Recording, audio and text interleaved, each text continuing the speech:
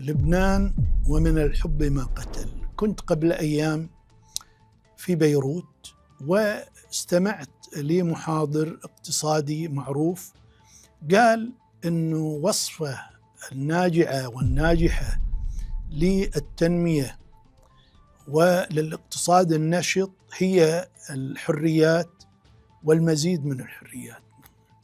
أنا كان لي ملاحظة هي العكس من ذلك تماما.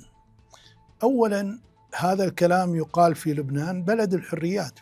لبنان إلى الآن يمكن لأي شخص أن حتى ينتقد رئيس الجمهورية، رئيس الحكومة، يعني ما في أي نقص بالحريات في لبنان، بالعكس في يمكن أوفر دوز.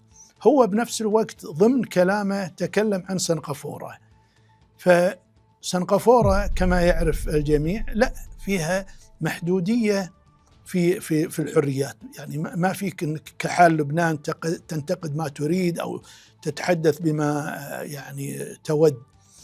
الآن لو أخذنا أن الحريات هي المقياس لوجب أن تكون لبنان هي الدولة الأثرى الأقنى من سنغافورة، بينما الواقع والأرقام اللي ما تكذب تقول أنه بال 2024 عدد سكان لبنان 5,850,000، عدد سكان سنغافورة 6 مليون، يعني سنغافورة أكثر.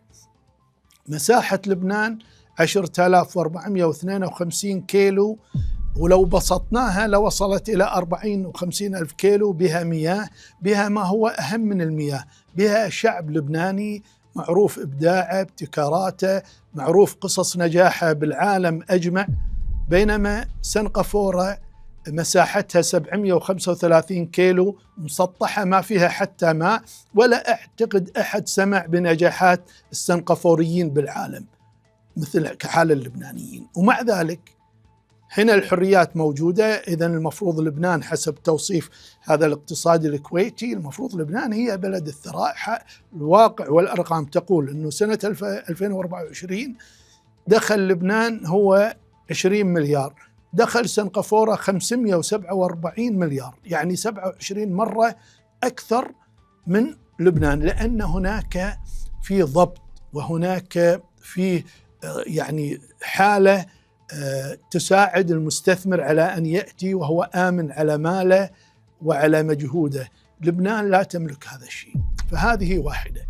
الأمر الثاني اللي علينا أن نتذكره اللي هو ما يسمى بالبوتنشل مال لبنان، وهذا ذكرته حتى بندوتي ومحاضرتي. أقنى دول العالم ليست الدول النفطية، ليست الدول الصناعية، ليست الدول الزراعية. أقنى دول العالم هي دول الخدمات، سويسرا، سنغافورة، لوكسمبورغ.